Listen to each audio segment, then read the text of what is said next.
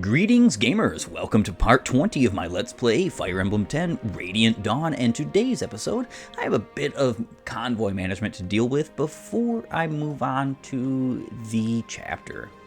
First and foremost, info. Oh, I really wanted to go to the palace. I would have been happy with just a tiny little glance at Queen Alencia.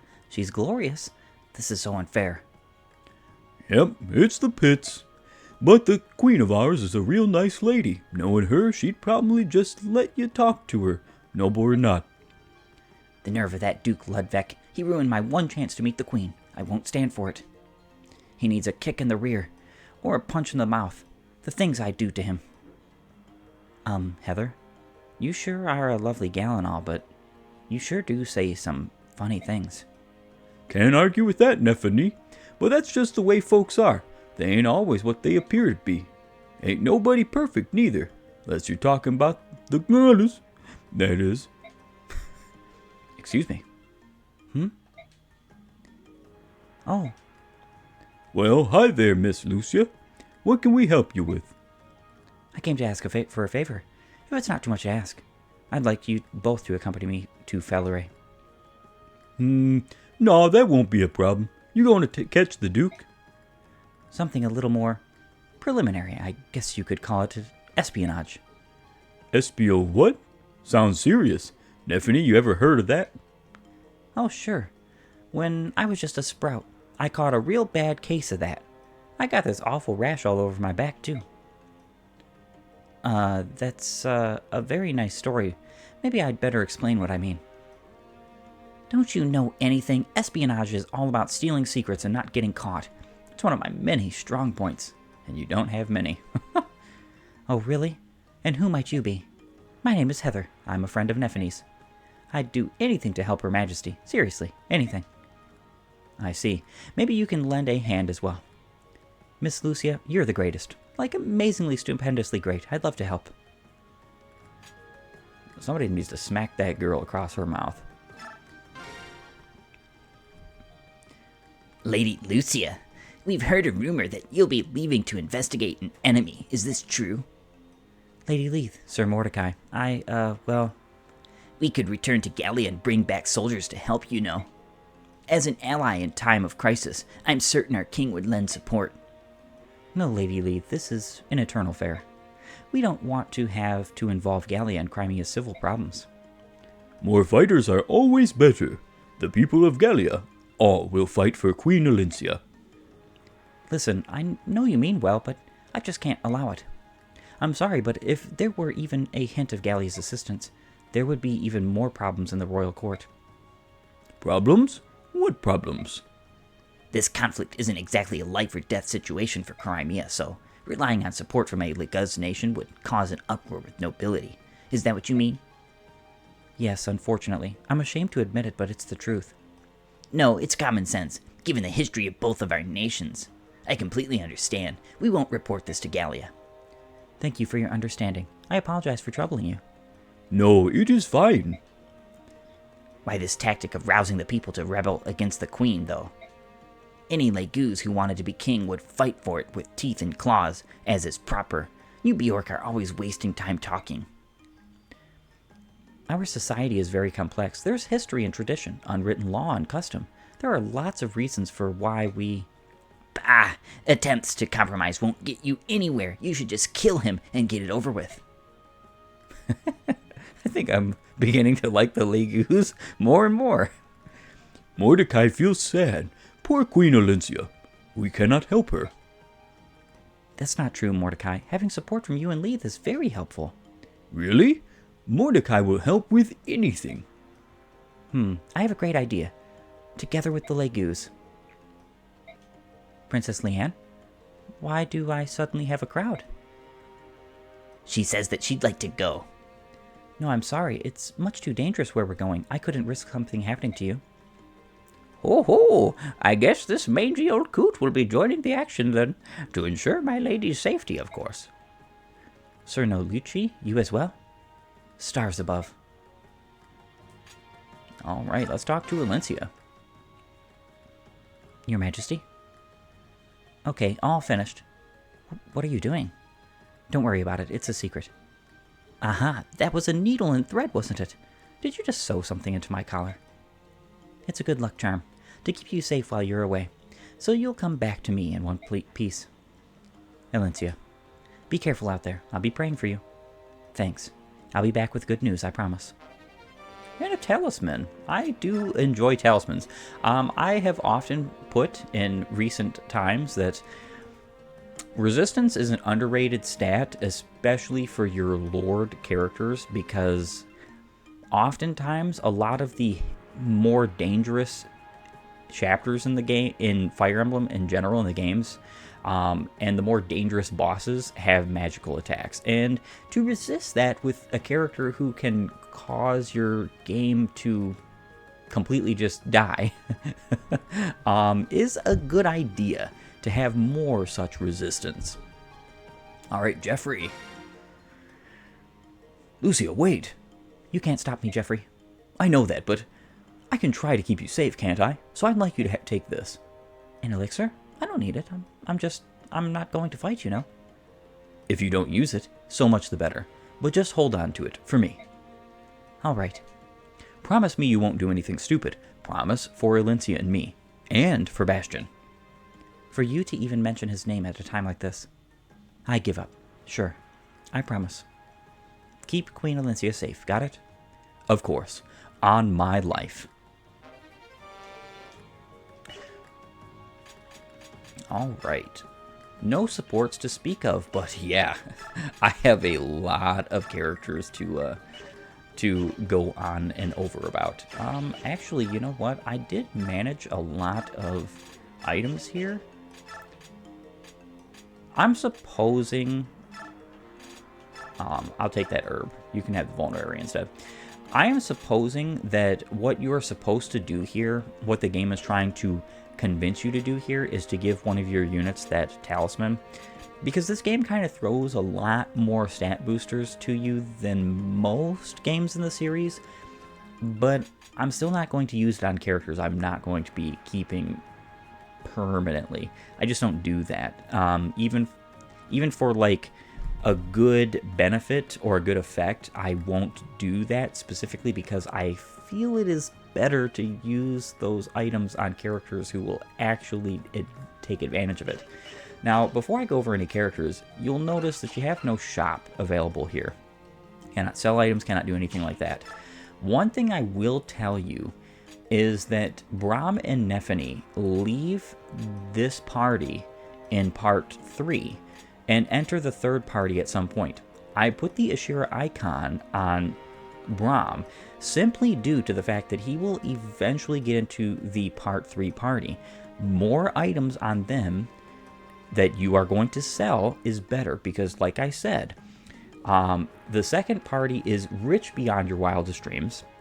The first party is well-to-do, but the third party, whom Braum and Nephenee will be going to, are poorer than dirt. So with that being said, I want to talk about my units that I have received in this chapter before I move on to anything else. And first and foremost, I have Lucia. Lucia is such a cool unit. If it wasn't for the fact that her availability is very low, I would use her permanently, pretty much on most of my playthroughs. And the reason why is because she's really cool. She has some of the aspects that I want in a sword master. She's got great bases, great resistance, great defense. She's got great speed and skill, almost max in those statistics. Good strength, good HP. She's all around a good unit. Probably my favorite in part 2 of the units that I don't intend on using usually, because I do still love Alencia. She's probably the best, like the best unit in part 2. And yes, I do mean that she's even better than Har.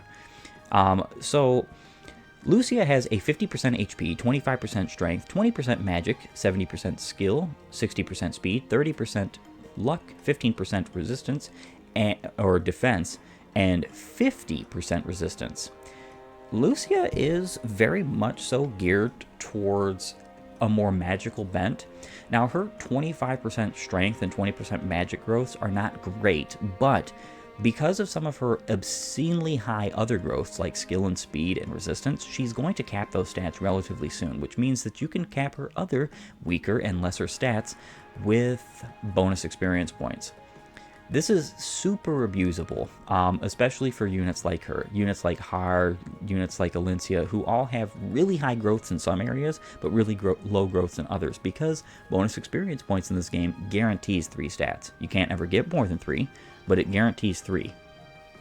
Now, she has an A rank in swords, so that means she can use pretty much every single good sword in this game.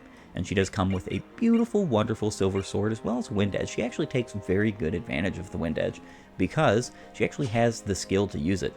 She is, after all, the best swords master I have gotten in any of my parties thus far.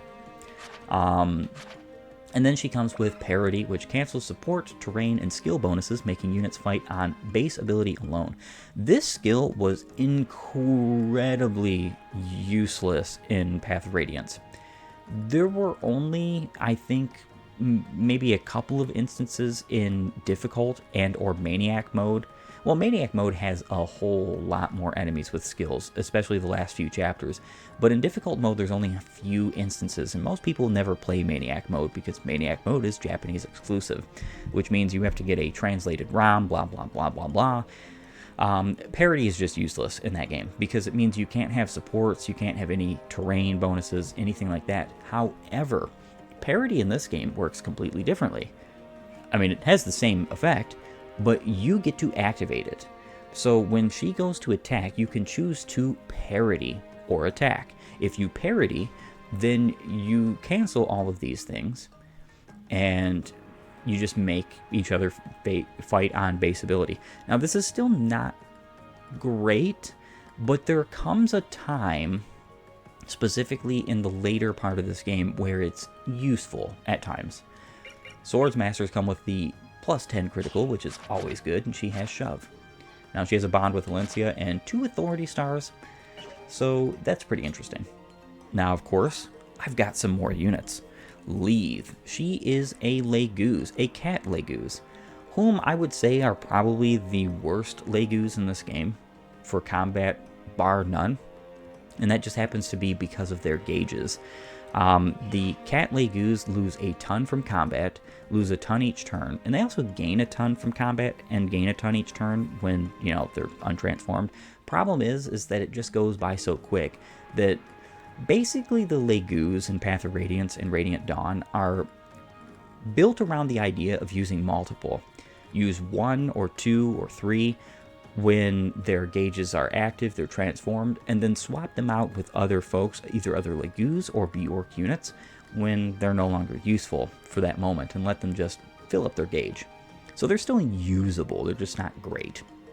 85% HP, 35% strength, 5% magic, 30% skill, 50% speed, 45% luck, 35% defense, and 20% resistance. She comes with an A rank in strike, which means she has a whopping 8 might on her claw. I could show off how that strike increases much more being untransformed with Mordecai in the next chapter, because he's actually strong enough to stay untransformed, even in this part. But I'm not going to be using either, so it's kind of a moot point. You can either take my word for it or not. I might show it off. And then there's Mordecai. He's a tiger, and he's built like a tank. Now remember that when Legoose transform, all their stats except for luck and HP double, so that means that she actually has 18 strength, 24 speed, 18 defense, 20 resistance, so on and so forth. Mordecai over here has 28 strength, 18 speed, and 32 defense transform. That's kind of crazy.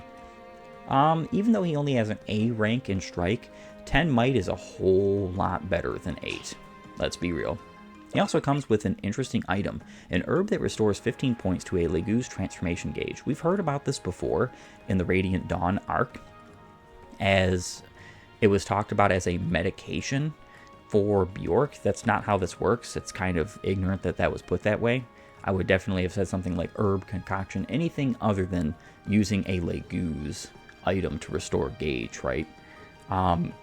You could have gotten, I think, 1 or 2 of these during the Radiant Dawn arc, which I kind of recommend doing because getting these it's very useful for Legus that you're going to use in this game, because this allows you to manipulate their gauge without using limited Legu stones. These are things you can eventually buy, whereas Legu stones you can never buy. Now, when it comes to Mordecai's growth, he has 90% HP, 35% strength, 10% magic, 25% skill, 15% speed, 80% luck, 45% defense, and 15% resistance. He's actually a pretty fantastic unit. I would say that you kind of want and need somebody like him. He's basically an armor knight who, when transformed, will have 9 movement. Incredible. Now, of course, he comes with the beautiful, wonderful, amazing ability, Smite. Grants the ability to push another unit 2 spaces. The target's weight may not exceed this unit's by more than 2. That's not really a problem, because he weighs 27 untransformed. With all the new character introductions put aside, and the fact that I am also going to be putting my talisman and coin on Nephenee, because those are going to Party 3, I am going to save and end. Let us go. Castle Felleray.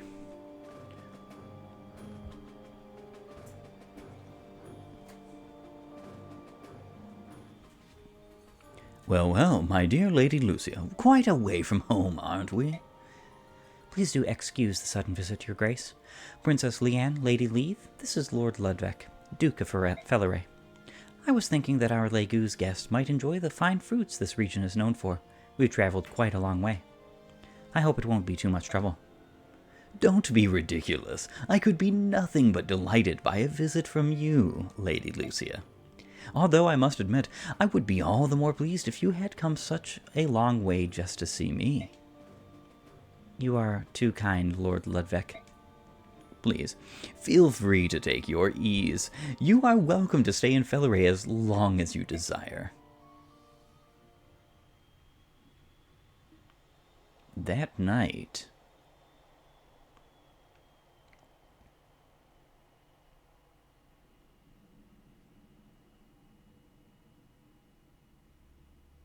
This is it. This document is an order written by Ludwig himself, marked with his signet. If we show this to the Royal Assembly, we'll surely have the backing to indict him. Thank you so much, both of you. We have to quell this uprising before things get out of hand. If there is no war, we are happy. But if there is war, it is good we came. Ludwig is poor prey. He hides behind his shield of words, not realizing that words can be seen through. Yes, and that's quite fortunate for us. But we still have to get out of here without being detected. My lady, you mustn't raise your voice. Who's there? Show yourself. Princess Leanne, Sir Nalucci? I thought you had returned to the royal palace. What in the world are you doing here? Oh, ho, ho, ho, ho. Forgive us. We just couldn't help but be concerned for you. Well, what can I say? This just means we'll have to be even more careful to get out of here safely. Someone is coming. Guards? This cave has only one exit. I guess that means we do this the hard way. We've obtained enough evidence to indict Ludwig, so there's no point in sticking around. Let's go.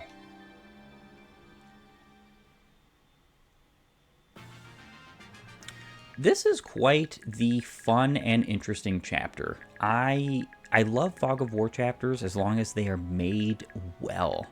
I do think this is one of those that is made well. There is a single hidden treasure in this map, and it is in this farthest of corners. It is a discipline scroll, the only other one you get in the game besides the one that I got in part 1, so it is probably a good idea to grab that. Let's see, I do believe, yes, I have an Olivigrass. I'm actually going to be using that on all 3 of my Legus. So Braum can go here.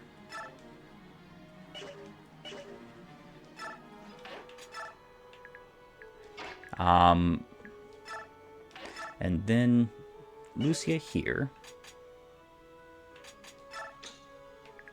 And Nephenee here.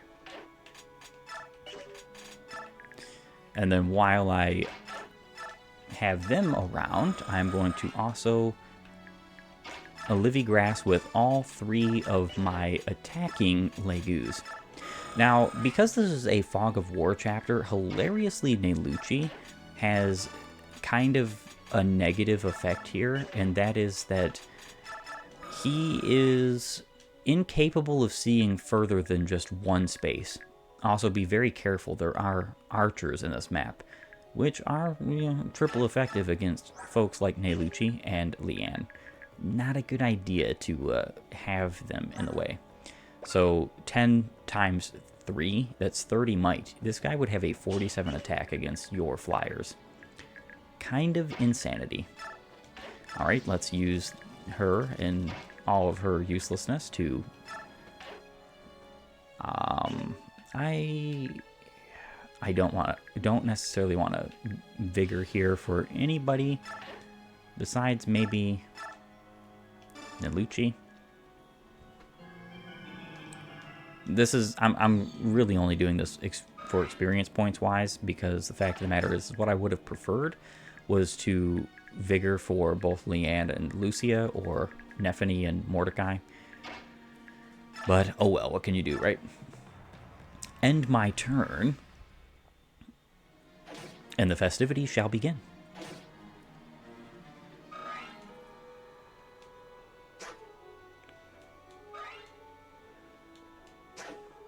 Yeah, that one must be stationary, because I don't understand why else he wouldn't just move and try to attack somebody like Nephenee or something.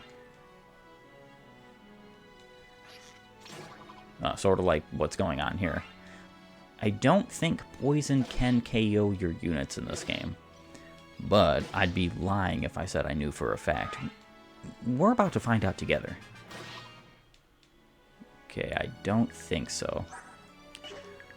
So she's going to have to heal up, which is unfortunate to say the least. So, like, yeah, Leith gained 10 gauge that turn. Mordecai gained 8. Now, they don't lose or gain that much in combat, just like in Path of Radiance. In Path of Radiance, Legus only lost or gained 1 per combat. But they gain different amounts per turn, depending on what kind of Legus they are. Cats have it the fastest, but because they have it the fastest, that means they untransform the quickest. Like Leanne here, she only gained 3 that turn, which is kind of crazy if you think about it.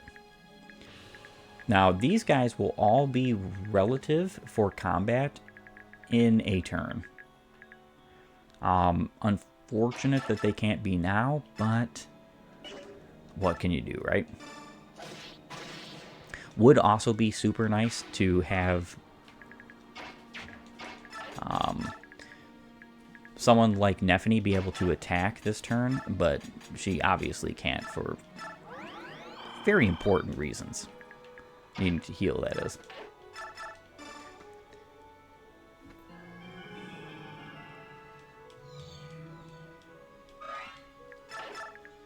I pretty much like having all of my fast-moving units moving south, or moving through the south area, and Silver Sword it is.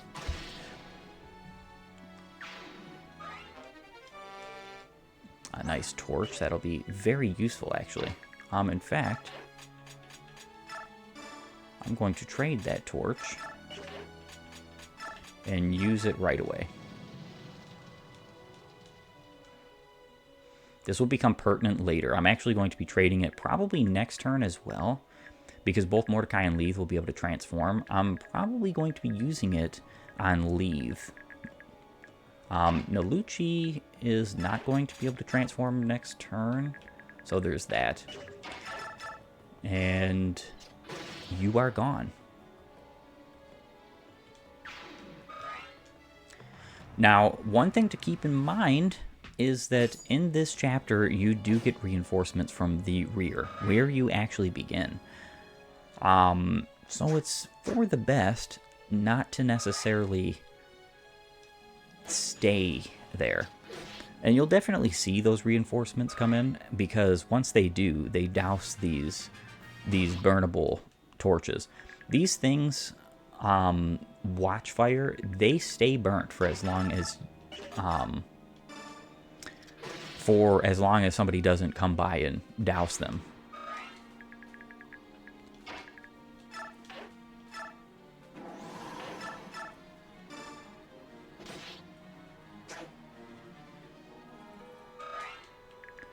All right. 4. Oh, Heather is useful for some kind of combat, I suppose. You're not going to hear that too often.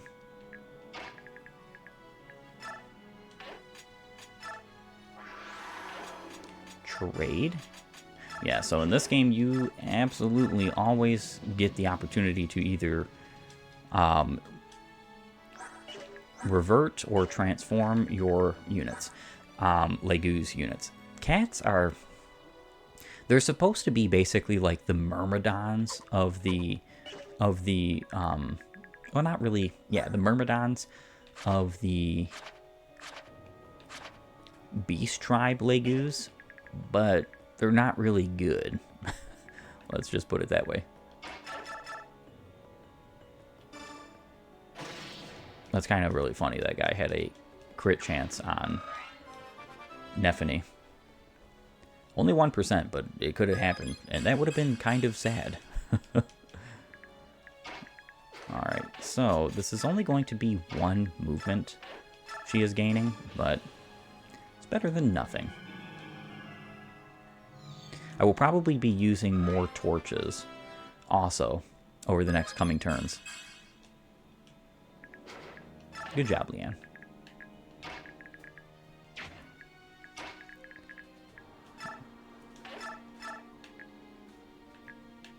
Doesn't really matter who I attack. I'm KOing the other one with Mordecai. Very nice. And he crit. Even better. I think... Yeah, he just has a heal. I was hoping this guy was one of those who has like a heal and a physic in the waiting, because then I could steal that physic. There are actually stealable items in this map, but you're not going to see them too often. Would be funny to get something like a Venom Lance, wouldn't it? Especially because, unlike in Thracia, these weapons do not untransform from being Venom weapons to just regular iron weapons.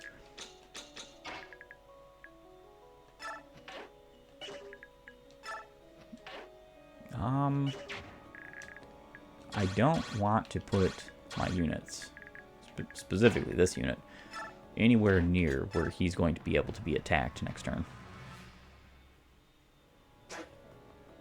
Alright, Mordecai. Yeah, because he's built like an armor knight, he doesn't have a lot of speed. 18 is a pretty fair amount of speed, all things considered. But a lot of this game has an incredible amount of scaling when it comes to how strong the enemies become. And most of the enemies in this map are similarly powered to the folks in my party.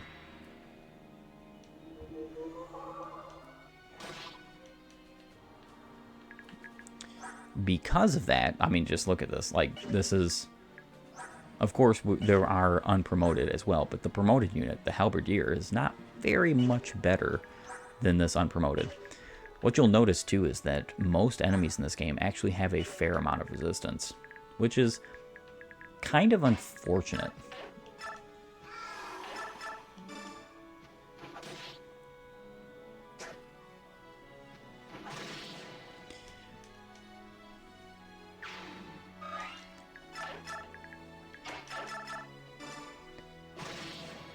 And you have been smited.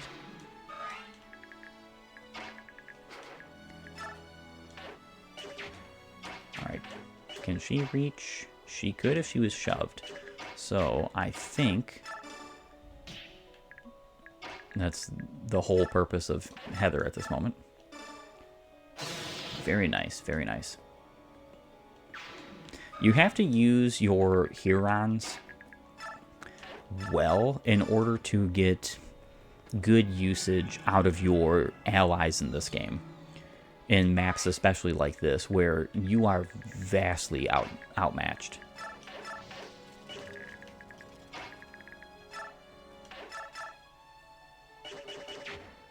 She's not really going to untransform anytime soon, so I think this is fine. Just to do a bit of softening up.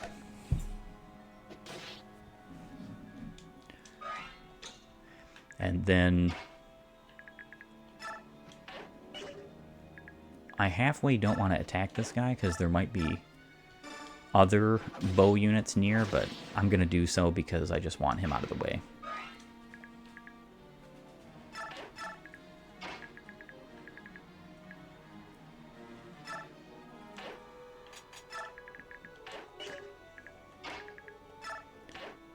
Burn. And that is my turn. Yeah, Mordecai also doesn't have very much resistance, which is not great.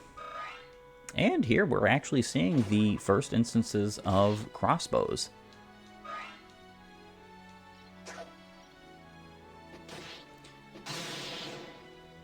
That warrior just attacked Leith with a crossbow. I'm definitely going to have to show that off next turn, because those are some interesting weapons. Unique to this game in the series, I don't like them. I just think they're interesting. They don't really pose that useful of, like, they're not really useful, but let's just put it that way. Not for you. They're useful for the enemies to have. So he has a bowgun, which is the weakest of all crossbows in this game, and it has 24 might. You're seeing that right. The problem is that because it's a crossbow and doesn't require strength to use, unlike other weapons in this game, the might is all you get. Now, the reason why they are incredible is because against flying units, they triple in might. So this crossbow would have, what is that, 62? 24, 48, yep, 62. No, 72. I was messing that up. So 72 might. This is the weakest. So 72 might against somebody like Nelucci right now means that he is almost one shot. If he's at full HP, he's brought down to 1. That's incredible. And again, this is the weakest of all crossbows. They also have good hit, which is unfortunate. I kind of wish that they weren't so, I guess you could call it, overtuned. But that's just how they were built in this game. I almost think that that's a really bad idea.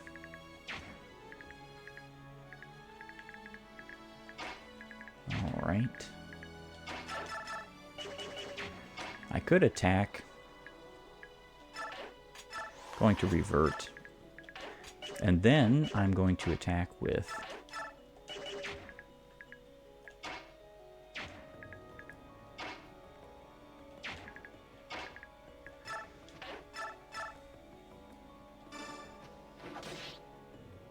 Nelucci.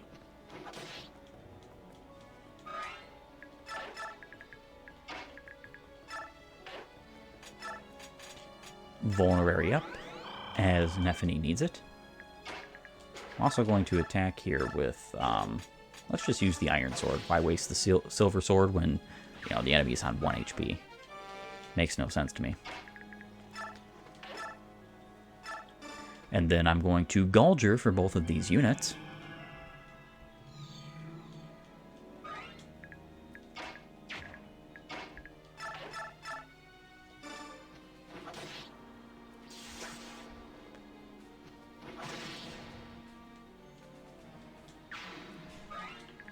Move out of the way.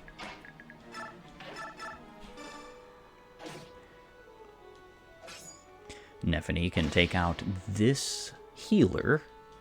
One less healing avenue for the enemy is always good. The reinforcements have not yet arrived, so Heather is not quite yet dead. And that is my turn. It's actually kind of funny he came over here.